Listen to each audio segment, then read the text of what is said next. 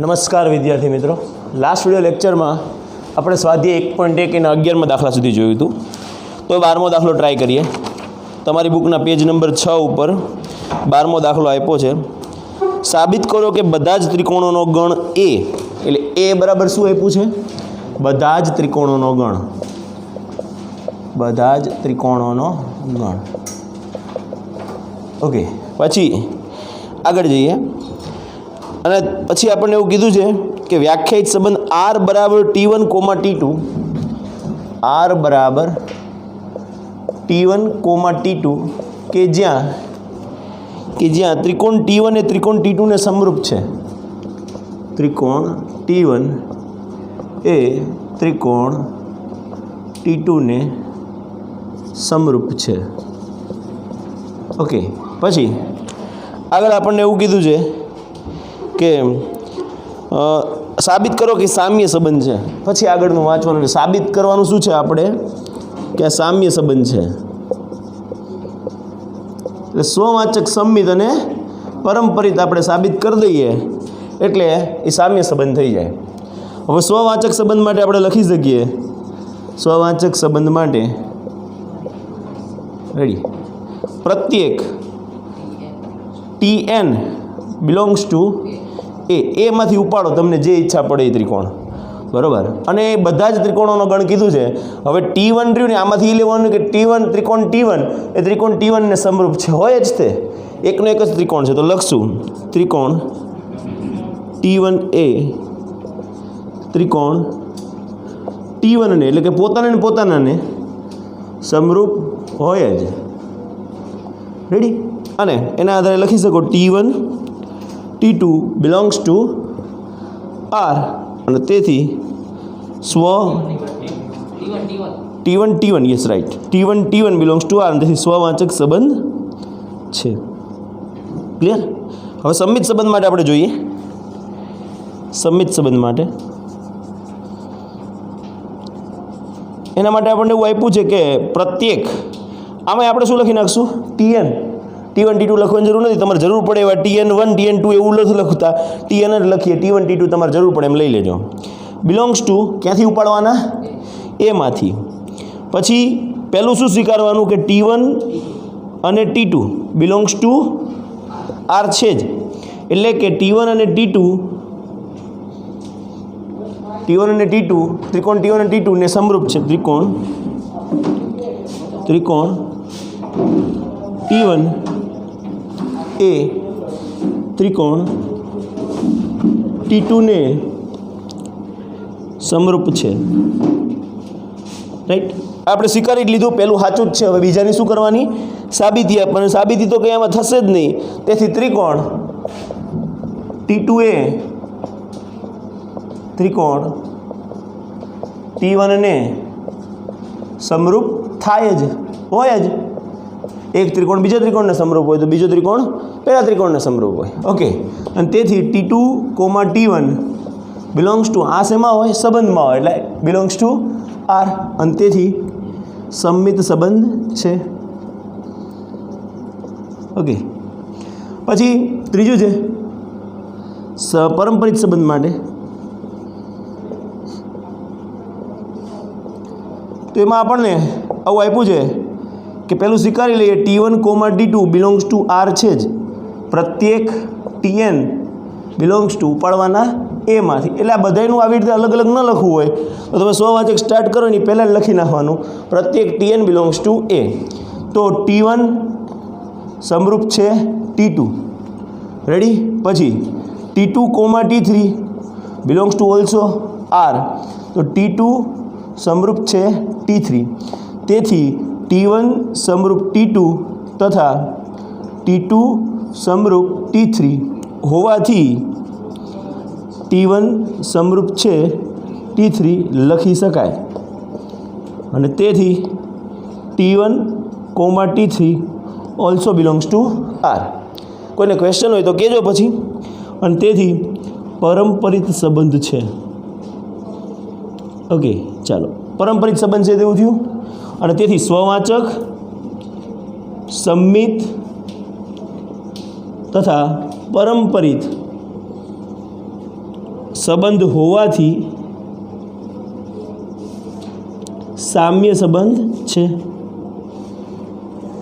Ready? હાલો હવે આગળ જઈએ.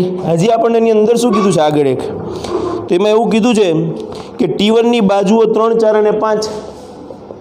T1ની બાજુઓ 3, 4 અને 5. પછી કીધું છે T2ની બાજુઓ 5, 12 ને 13. T2ની બાજુઓ 5, 12 અને 13. અને પછી છે T3ની બાજુઓ 6, 8 ને 10. T3ની બાજુઓ 6, 8 અને 10. પ્રશ્ન શું છે? આ T1, T2 અને T3માંથી કયા ત્રિકોણોનો સંબંધ R સાથે સંબંધિત છે? T1, T2 અને T3માંથી કોનો સંબંધ R સાથે સંબંધિત છે? કોનો થશે? T1 અને T3. કારણ શું? તો કે T1 અને T3 માટે ગુણોત્તર સમાન મળશે. એટલે કે તમે 3/6 કરો, 4/8 કરો, 5/, અથવા તો ઊંધું કરો, 6/3 કરો, 8/4 કરો, 10/5 કરો. આ તમને ગુણોત્તર કેટલો મળે? સમાન મળે. બરાબર? અને તેથી T1 અને T3 માટે સંબંધ R સાચો પડે છે. રાઈટ? તો જો હતા બધાય કાટકોણ ત્રિકોણ જ તે ને. 3, 4, 5 કાટકોણ ત્રિકોણમાં આવી જાય, 5, 12, 13 કાટકોણ ત્રિકોણમાં આવી જાય, 6, 8, 10 કાટકોણ ત્રિકોણમાં આવી જાય. પણ સમરૂપમાં બે જ થયા. એક રૂપમાં હોત તો શું થાત? સ્વવાચક થઈ જાત. એક રૂપમાં ચાલે. આ 3 T1, T2 અને T3 અહીંયા આપણને સમરૂપ કીધા છે. નો ચાલે? કેમ નો ચાલે? હે? Yes, right. બરાબર? એટલે એ એક પ્રોબ્લેમ નડી જાય છે. એટલે અહીંયા કાટકોણ ત્રિકોણ બને છે, પણ આપણે સમરૂપ માટે થઈને 3/6, 4/8, 5/10 એ આપણને 1/2 સમાન મળે છે. અને T1 અને T3 માટે સંબંધ R સાચો ઠરે છે. સંબંધ R માટે જોવાનું છે કે આ સમરૂપવાળો ભાગ બને છે. એક પ્રશ્ન હતો પૂછ્યો મને કે તદેવ વિધેય અને સ્વવાચક આમાં શું તફાવત? રેડી? વિચારજો. આપણે હમણાં એની ચર્ચા કરીશું. ઓકે?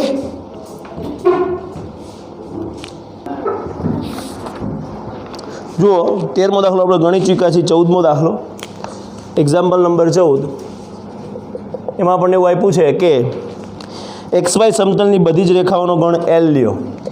L બરાબર XY સમતલની બધી જ રેખાઓનો ગણ. ચાલો, પછી L પર સંબંધ એવી રીતે આપ્યો છે કે R બરાબર L1 L2, કે જ્યાં L1 રેખા L1 એ રેખા L2 ને સમાંતર છે. એટલે L1 સમાંતર છે L2. આવું આપણને આપેલું છે. ઓકે? વડે વ્યાખ્યાયિત સાબિત કરો કે R સામ્ય સંબંધ છે. હવે આ હોય કે સાબિતી હોય. બરાબર? સાક કે R એ સામ્ય સંબંધ છે. સિમ્પલ છે. L1 સમાંતર L1 લખાય જ તે. ભલે સંપાતી થઈ જતા હોય પણ આપણે સમાંતર પણ ગણી શકીએ. નોંધમાં એવું લખ્યું છે. સ્વીકારી લો કે પ્રત્યેક રેખા પોતાને સમાંતર છે. ઓકે? બાકી આપણને એ એક પ્રશ્ન હતો, પણ સમાંતર તો થાય જ. સ્વવાચક માટે પ્રત્યેક ln ફ્રોમ L. બરાબર ને? ln from L. અને એના માટે આપણે લખીએ કે L1 સમાંતર L2 હોય જ. તેથી L1 સમાંતર L1 હોય જ. L1 belongs to R. તેથી સ્વવાચક સંબંધ છે. આગળ જોઈએ સંમિત સંબંધ માટે.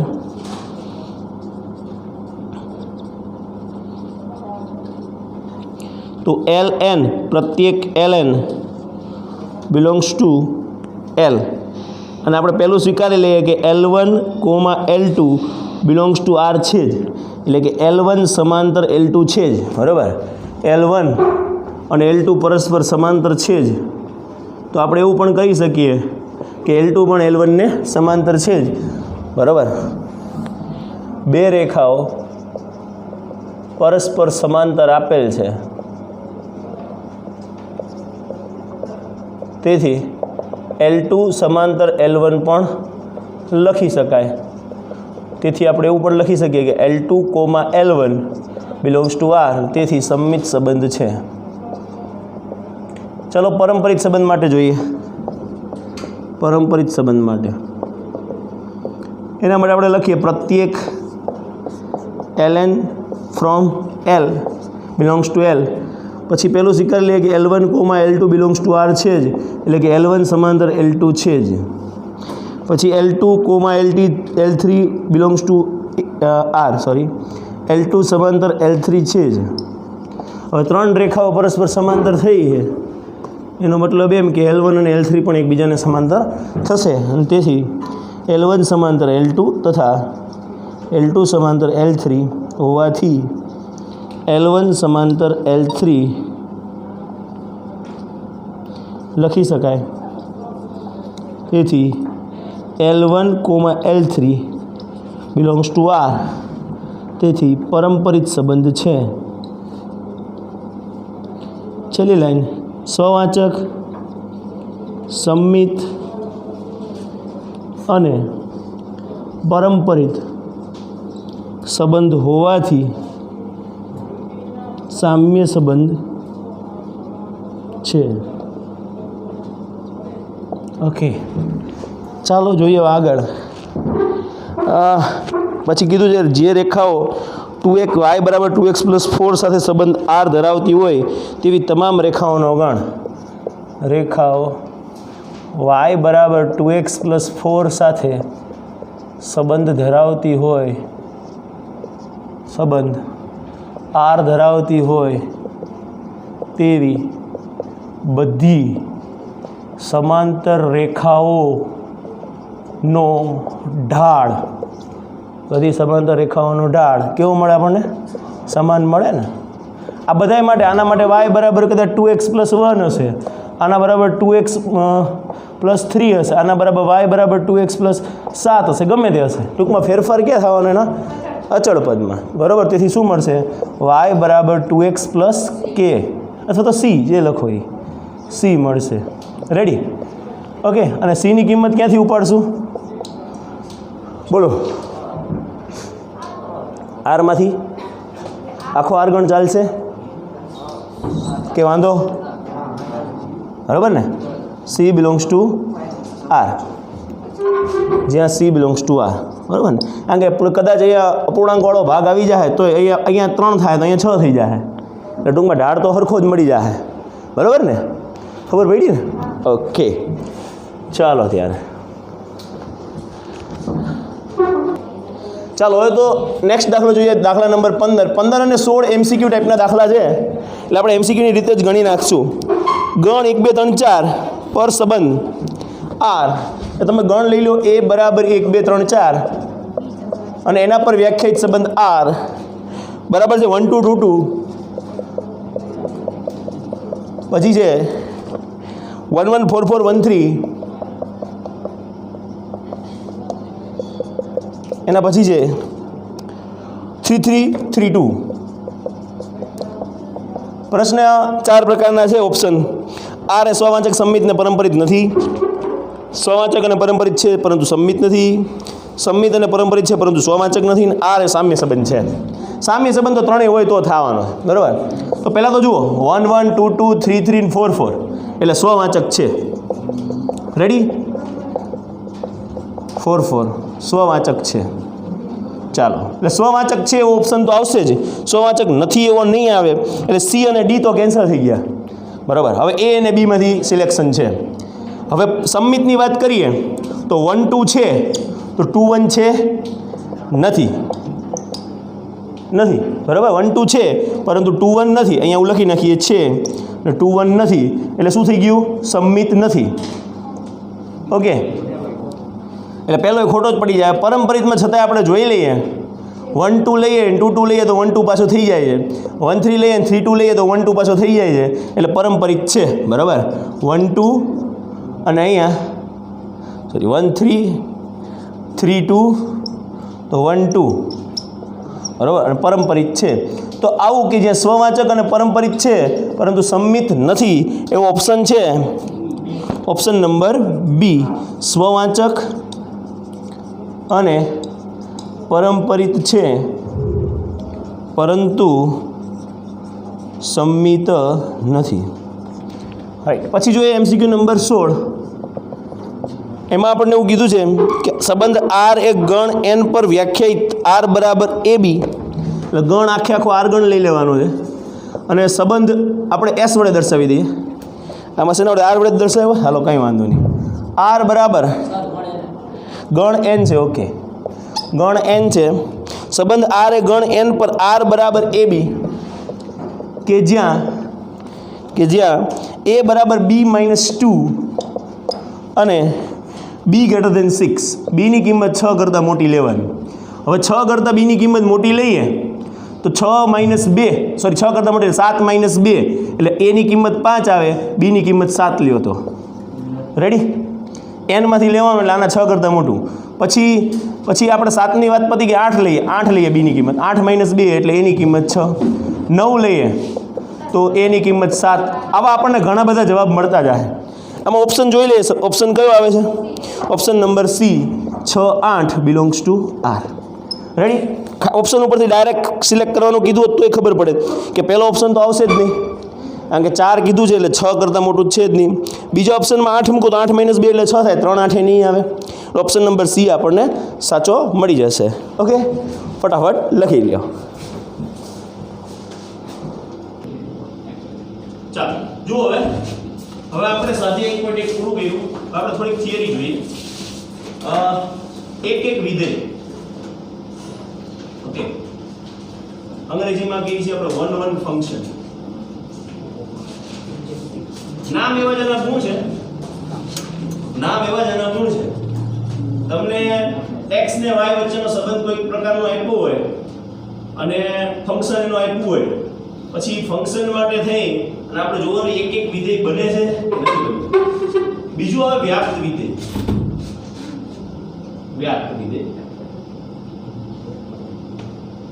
જેને અંગ્રેજીમાં કહેવાય ઓન ટુ ફંક્શન. ઓકે, એક વિધેય કોને કહેવું? તો વ્યાખ્યા આ પ્રકારની છે કે x ને અનુરૂપ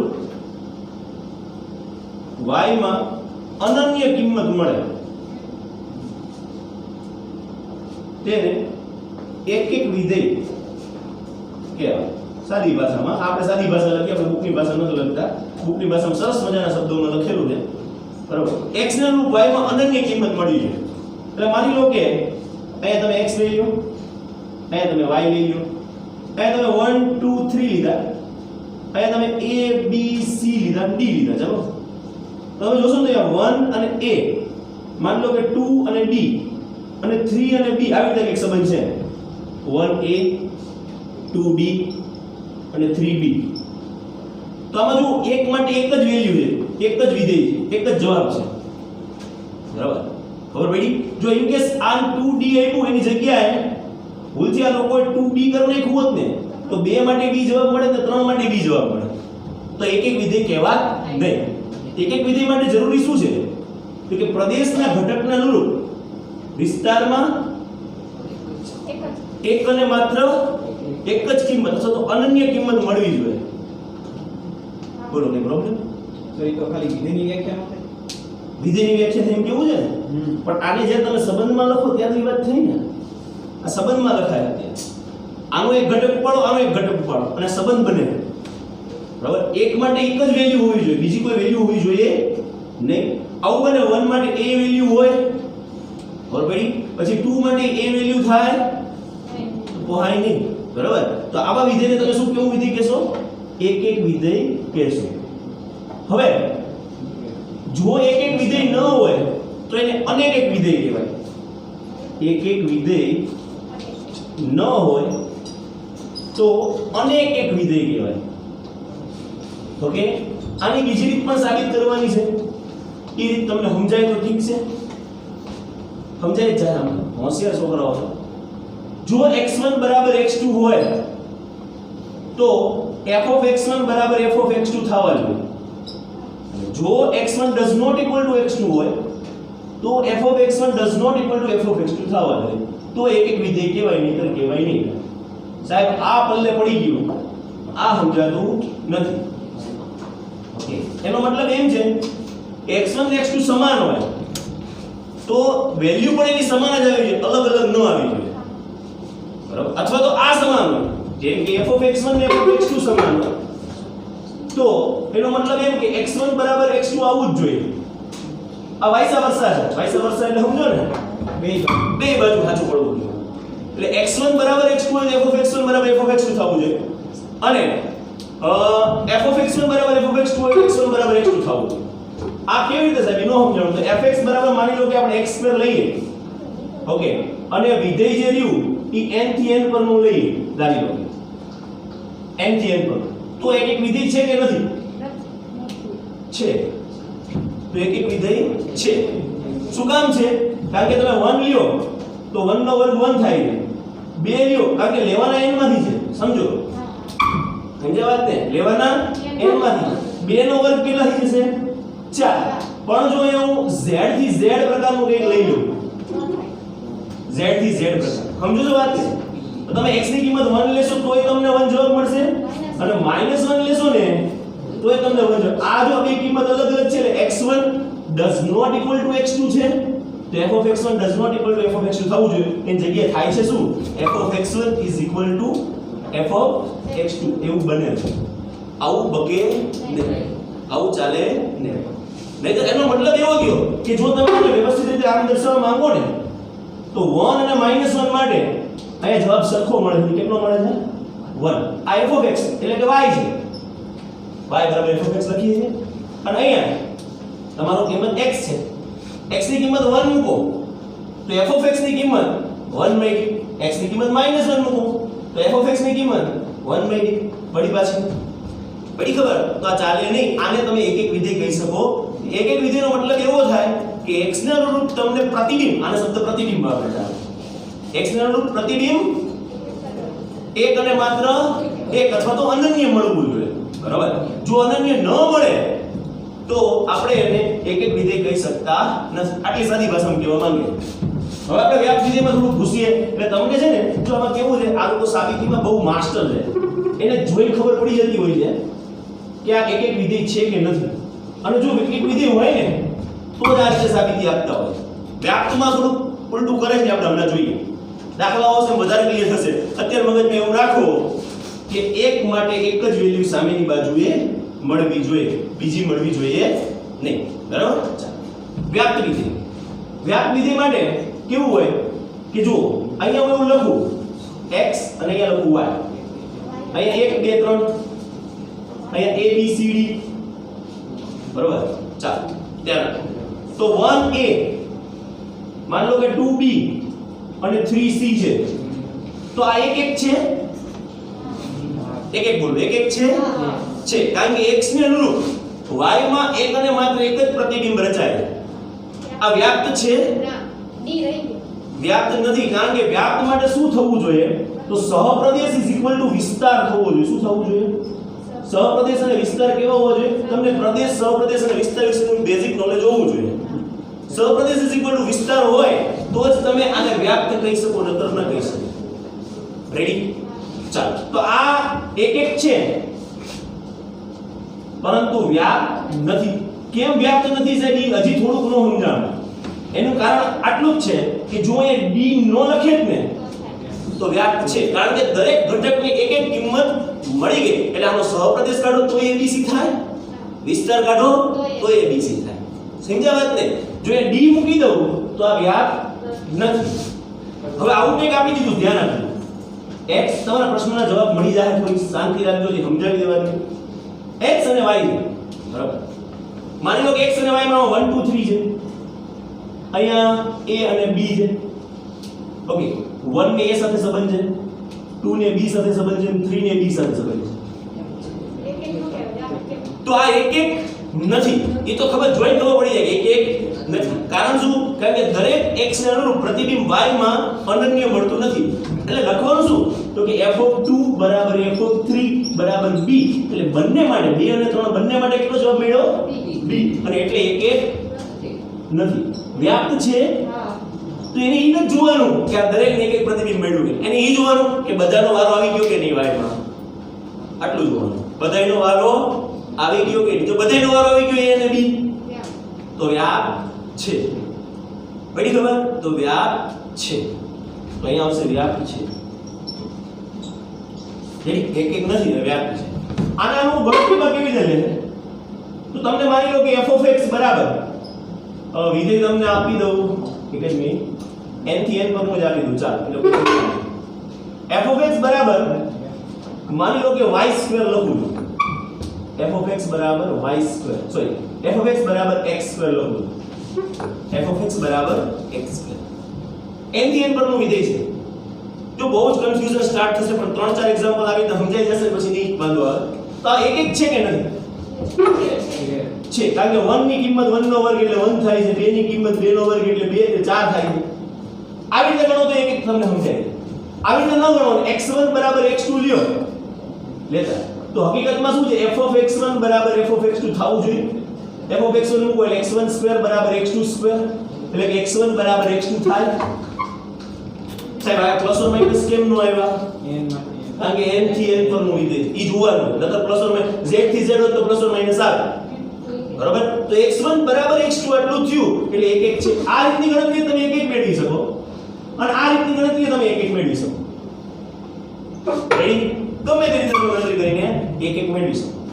હવે આને વ્યાપ્ત મેળવવું હોય તો કેવી રીતે મેળવાય? વ્યાપ્ત છે કે નથી એના વિશે ચર્ચા નથી ને? પાકું? કેવી રીતે ખબર પડી કે વ્યાપ્ત નથી? કેટલા લોકોને સમજાઈ ગયું આ વ્યાપ્ત છે તે વ્યાપ્ત નથી? અમુક લોકોને ખ્યાલ નથી આવ્યો કે એમાં વ્યાપ્ત નથી. આપણે ચર્ચા કરી લઈએ કેમ નથી વ્યાપ્ત. તો જુઓ fx બરાબર x² છે. તમે આ 1 મૂકો તો 1 મૂકે 2 મૂકો 4 મળે. અહીંયા જવાબમાં કોઈ દિવસ 2 3 5 6 7 આવો કોઈ જવાબ આવશે? બરોબર પડે છે? સહપ્રદેશ એટલે કે 5 રહ્યું એ belongs to n છે. બરોબર? સહપ્રદેશ નથી. 5 belongs to n છે પણ x માટે પણ પ્રદેશના x માટે કોઈ પણ કિંમત 5 મળતી નથી. 5 does not belongs to n. આ n રહ્યું પ્રદેશની વાત છે અને આ n રહ્યું સહપ્રદેશની વાત છે. આ ઈ થોડું ધ્યાન રાખવાનું છે. એટલે સમજો વાત ને કે 5 રહ્યું ને એ કોઈ જવાબ આવશે નહીં. fx બરાબર x² લખો અને અહીંયાથી આના પરનું વિધેય હોય તો કોઈ દિવસ 5 અને 5 કે આનો જવાબ બનશે કાં 1 બનશે કાં 4 બનશે કાં 9 બનશે કાં 16 બનશે કાં 25 બનશે. હે કે આ મિસ્ટેક થઈ આ વિસ્તાર વાળી વાત થઈ ને એક થી બધાય લખીએ તો અહીંયા આપણે કોઈ ને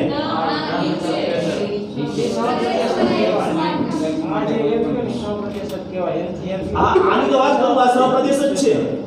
આ વિસ્તાર કેવા બધા આ જવાબ રે બધા વિસ્તાર છે. બરોબર છે? એટલે સહપ્રદેશ આમાં તમને એટલું સમજવાનું છે ખાસ તો કન્ફ્યુઝન થોડું ઘણું હોય તો ધીમે ધીમે સોલ્વ થઈ જશે. પહેલા એટલું સમજો કે તમને અહીંયા પ્લીઝ અહીંયા તમને 5 belongs to n છે ઈ તમને અહીંયા મળે છે. બરોબર? પણ અહીંયા 5 does not belongs to n થાય છે. શેના માટે નથી થતું? વિસ્તાર માટેની વાત છે. બરોબર? તો પ્રદેશના x ઘટક માટે કોઈ પણ કિંમત 5 does not belongs to n. પ્રદેશમાં તમે ગમે કિંમત લ્યો, એક લ્યો કોઈ બે લેવાય, વચલી કિંમત તો લેવા જ નથી કારણ કે n માંથી લેવાનું છે. ધીમે ધીમે સમજાઈ જાય. તો આ શું થઈ ગયું? વ્યાપ્ત નથી. હવે વ્યાપ્ત હોય એવું આપણે એક ઉદાહરણ લઈએ. માની લો કે f એ r થી r પરનું વિધેય લઈએ. x² વાળું લેવું એના કરતા મારે છે ને વ્યાપ્ત તમને બીજી રીતે સાબિત કરતા શીખવાડવું છે. એટલા માટે હું છે ને n થી સોરી z થી z પરનું વિધેય લઈ લઉં એટલે થોડું કેમ ઈઝી પડે. z થી z પરનું વિધેય લઈ લઉં અને fx બરાબર લઈ લઉં 3x - 2. 3x - 2. ઓકે? 3x - 2 આટલું મેં લઈ લીધું. હવે આપણે ઈ જોવાનું છે આમાં પાછું નહીં થાય નહીં r લેવો પડશે હવે z થી r z ની કિંમત તમે ગમે તે મૂકો r ની કિંમતમાં ગમે તે આવશે કોઈ પ્રોબ્લેમ નથી ચાલો એટલે એક એક મળશે કે નહીં મળે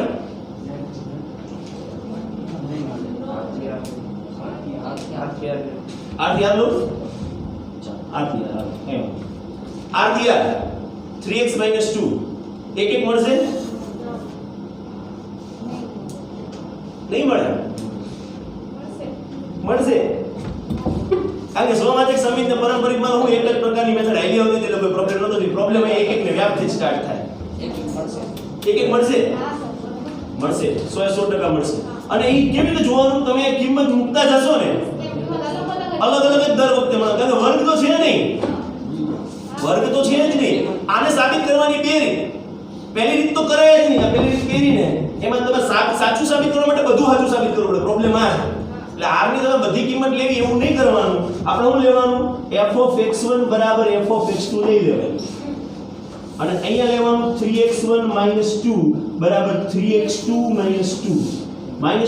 -2 કેન્સલ આઉટ 3x1 = 3x2 તો શું આવ્યું x1 = x2 શું છે આ તેથી આના બરાબર આ આવ્યું એટલે એક એક વિધેય છે બેઠું મગજમાં આટલું કે નહીં બેસી ગયું એક એક વિધેય હવે તમે જો આની રીતે સાબિતી આપવા જાત ને કેમ ગયું તો આ રીતના ગોઠવણ કરવા કે આ રીતના ગોઠવણ કરવા બરાબર તો તમારે બધાયની સાબિતી જો કે આમાં આપણે બધાયની સાબિતી તો નથી છે એટલે જ આપણે આ મેથડમાં વયા જતા હતા બરાબર છે પણ એને સાબિતી આ રીતના ખરેખર આપી દે ને સમજી જાય સામેવાળા વ્યક્તિ સમજી જાય કે એક એક વિધેય છે એટલે આ છે ને વ્યાખ્યાની રીત પ્રકારની રીત થઈ અને આ આપણી સાદી રીત ચાલે બંને ચાલે પણ આપણે આની રીતે ગણતરી કરી તો એક એક વિધેય થઈ ગયો વ્યાપ્ત વિધેય માટે શું જરૂરી છે ખબર છે જો આટલા હું વ્યાપ્ત વિધેય સમજાવું ત્યારે fx = 3x - 2 y લેવાનું y = 3x - 2 શું કરવાનું y = 3x - 2 પછી શું કરવાનું x ને સૂત્રનો કરતા બનાવવાનું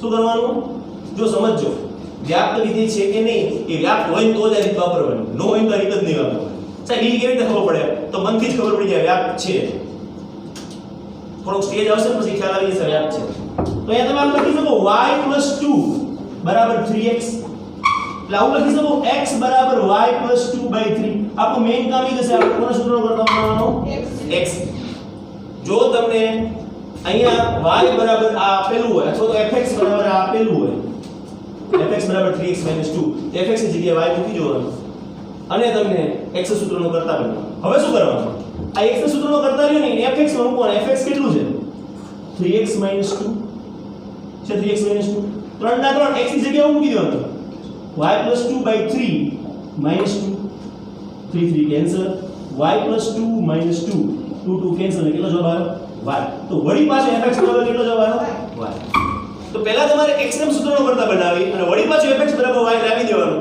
તો વ્યાપ્ત વિધેય છે અને આવું ક્યારે થશે ખબર છે જ્યારે વ્યાપ્ત છે ને ત્યારે ક્યાં નહીં મેં એમાં ઈ કર્યું છે સાંભળો મારી વાત હું એગ્રી છું તમારી વાત સાથે એમાં કંઈ જ ખોટું નથી ઓકે તો fx = y એ વ્યાપ્ત છે આ આપણે સાબિતીમાં પહોંચ્યા છીએ